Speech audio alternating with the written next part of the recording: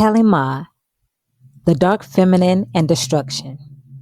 Destruction is a word that evokes fear, discomfort, and chaos. But what if destruction was never meant to be feared? What if it is a sacred force, a divine tool for clearing the path of rebirth and transformation? Today, we explore the dark feminine, the misunderstood power of destruction, and the lessons of Kali, the goddess who dances through endings and beginnings. Welcome back, Sacred Soul. You have entered the Dark Mother Mysteries, a space where we don't hide from the truth, we become it. Who am I? I am Shadow Moon, Oracle, Priestess, and Head Mistress of the Sacred Temple. And today we're talking about one of the most feared, misunderstood, and suppressed aspects of the dark feminine energy: destruction. Because let's be honest, most women have been taught to fear their fire, to feel guilty for burning bridges, severing ties, cutting people off, or saying no more. But what if I told you that destruction isn't a flaw in the feminine? It is one of our most sacred gifts. This is your permission slip to embrace the parts of you that break, burn, and walk away. This is the wisdom of Kalima, and this is your call to rise. Subscribe, like this video, and share this message with every woman who's ready to embrace her wild sacred fire. Lesson 1: the misunderstood nature of destruction. In society, women are taught to avoid destruction, to be caretakers, nurturers, and endlessly constructive. From the time we're little girls, we're praised for being sweet and nice, gentle, and nurturing. We're taught that good women hold things together, that our role is to fix, mend, and maintain, to be the glue even when everything is breaking us. Women are conditioned to fear being seen as too angry, too dramatic, too emotional, too intense. So we swallow our rage, we suppress our instincts, and any sign of rage, disruption, or dismantling is labeled as chaos, as danger, as a betrayal of what it means to be feminine. But no one tells us the truth. Sometimes what's falling apart is meant to fall. And the most loving thing you can do is let it burn. Like the Usher song says, let it burn. I don't know all the words, but let it burn. But here's what they never taught us in school: destruction is divine technology. Destruction is not just chaos, it is clarity, it is the sacred act of making space for something new. Destruction is a natural part of every cycle. Trees shed leaves, fire renews the forest, and even the body must release in order to restore balance. The dark feminine embraces destruction as a vital part of growth, yet patriarchal narratives have demonized this force to maintain control, forcing women to embody only the nurturer archetype. When we fear destruction, we cling to things that no longer serve us. But the dark feminine does not fear endings, she dances with them. Hey now. Why? Because she knows that destruction is the key to rebirth. It is holy, it is feminine, and it is necessary. It clears, it cleanses, it resets. And this is exactly where Kalima enters. Lesson 2: Kali, the goddess who clears paths through destruction. Few goddesses embody the sacred power of destruction like Kali. She is fierce, untamed, and unapologetic in her ability to destroy what must end. In Hindu mythology, Kali is often misunderstood as the goddess of chaos, but her destruction is not random. It is precise, purposeful, and transformative. In Hindu mythology, Kalima appears as the height of crisis. Demons are overtaking the world, representing ego, illusion, corruption, and control, and none of the gods can stop them. That's when Kali appears. She emerges from Durga, the warrior goddess, in a state of divine rage. She devours the demons, wears their heads around her neck, and dances on the battlefield with blood on her tongue. She's terrifying, but she is not evil. She is truth unfiltered. When demons threatened the balance of the world, Kalima emerged, cutting down illusions and falsehoods with her sword of truth. Her destruction wasn't chaotic, it was necessary to protect divine order. Kali teaches us that sometimes the only way to save your life is to destroy what's been killing you softly. Almost like, what is her name? Killing me softly. Mm-mm. With this song, spinning my whole life. With his words, killing me softly. Mm-mm. With his song. Excuse me, y'all. That's Lauren Hill. Listen, I know I can't sing, but I just wanted to cut a rug a little bit, okay? Okay, so Kelly teaches us to face the parts of ourselves and our lives that need to end. This includes old identities, toxic cycles, toxic relationships, people pleasing patterns, systems of oppression, outdated versions of yourself, and fears that hold us back. Kalimat reminds us that destruction clears the way for truth. Through her, we learn that breaking free is an act of self love. Lesson 3: breaking free from the always nurturing archetype. For centuries, women have been confined to a singular archetype, the nurturer. They have been told to soothe, to build, to sacrifice. But feminine energy is vast. It's not just creation and nurture, it is destruction. It is wow. It is fire.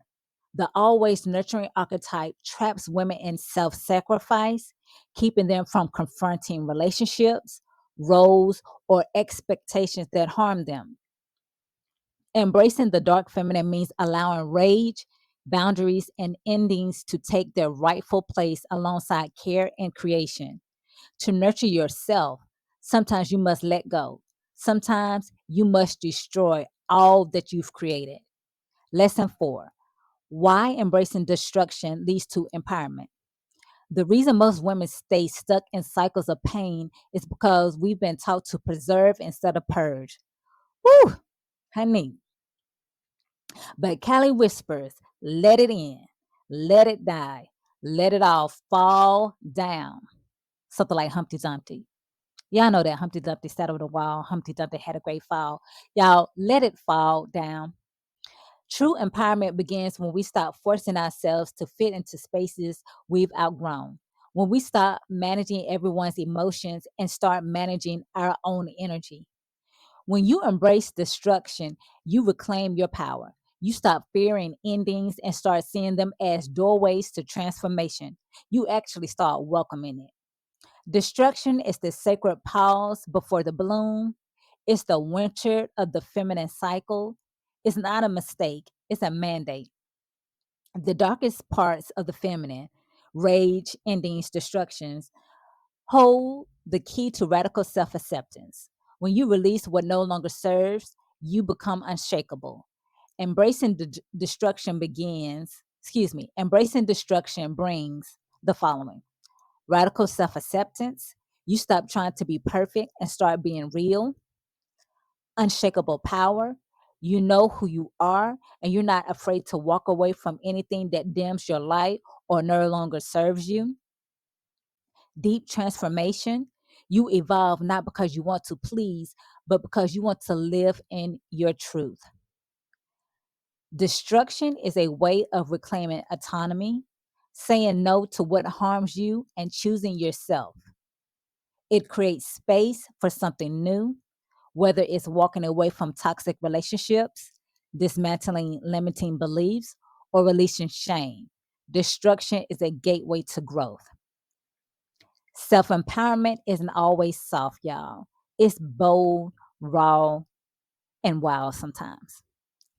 However, like a phoenix rising from ashes, symbolizing rebirth, you too will rise from your ashes and walk away with confidence, leaving old patterns behind. True power lies in the willingness to let go. Lesson 5: How to practice sacred destruction in your life. Destruction is not just spiritual, it's deeply personal, and incorporating it into your life is a radical act of self love. Now, let's bring this down to earth. Here are some practical ways to do so. Number one, practice letting go without shame. Release the people, habits, or beliefs that no longer serve you. Let it be messy. Let it be final. Let it be freeing. So, you want to identify what no longer serves you. Write it down. Write down like all your toxic beliefs. If it's a relationship, sit down and write down the pros and cons to the relationship, how it benefits you, how it's harming you. And y'all, if the bad outweighs the good, let it go. If the bad and the good are almost equal, let it go. The good should be outweighing the bad by a long shot, okay? Um, so just write everything down in all the ways in which thing hurts or harms you, and then safely burn the paper as an offering to transformation. And then you know what? Walk away from any and all thing that's no longer serving you. Number two, you can do shadow work. Explore your fears, anger, and darkness. Y'all, you have to own it. So, sometimes, especially when doing shadow work, y'all, you have to really look at yourself and you have to write down everything that you think is ugly about you. Like, you might not think that you're the jealous type, but you know what? Actually, you are. Own it, embrace it. Um, you might, let me see, what are some of my dark shadow traits? Controlling. Y'all, I had to embrace that I'm a controlling person. I am. I like to be in control. However, I embrace that, but I have to know that there are certain things that I can and certain things that I cannot control. So I embrace the things that I can control. And if you're angry, damn it, say that you're angry. You have to acknowledge the anger, but don't let the anger consume you. Channel that energy in more productive ways. Y'all, here on a Dark Mother Mysteries channel, when we're talking about doing shadow work and facing yourself, we are being totally honest with ourselves. We are stripping away all the falsehood, getting down to the nitty gritty, and really honoring ourselves and taking a look at ourselves and owning it. You know, I might be dating myself, but there was a Red Man who's a rapper. He'd be like, "I beat it, I'll beat it." Listen, be that. Be that, own whatever it is, but just don't let it consume you. Okay. Um, Number three, you could do personal rituals. You can invoke Callie during moments of release. You can always light a candle, chant her name, ask for her guidance as you embrace endings. Number four, say no more often. No is a boundary, y'all. No is a spell. No is sacred. No is a complete sentence. Say it without guilt. Say it without explanation. And I struggle with this as well because I'm always explaining myself, but I am improving. Number five, honor your cycles. Destruction isn't constant, it's cyclical. Learn to recognize when your soul is ready to clear space. Not every season is for blooming, some are for burning. Honor the natural cycles of destruction and creation in your life, whether it's clearing your space, leaving a job, or releasing old relationships. Destruction leads to clarity. Closing, the rebirth of the feminine. The dark feminine is not just chaos, y'all. It is the rhythm of endings and beginnings. It is the wild force of life itself. Through Kalima, we learn that destruction is sacred. Through her, we find clarity, self acceptance, and power. Today, you are not afraid of endings. You are being reborn. In closing, may the Dark Mother bless you. May your ancestors protect and guide your steps. Until we meet again, Sacred Soul, this is Shadow Moon, Oracle, Priestess, and Headmistress of the Dark Mother Mystery School, signing off. Class is dismissed.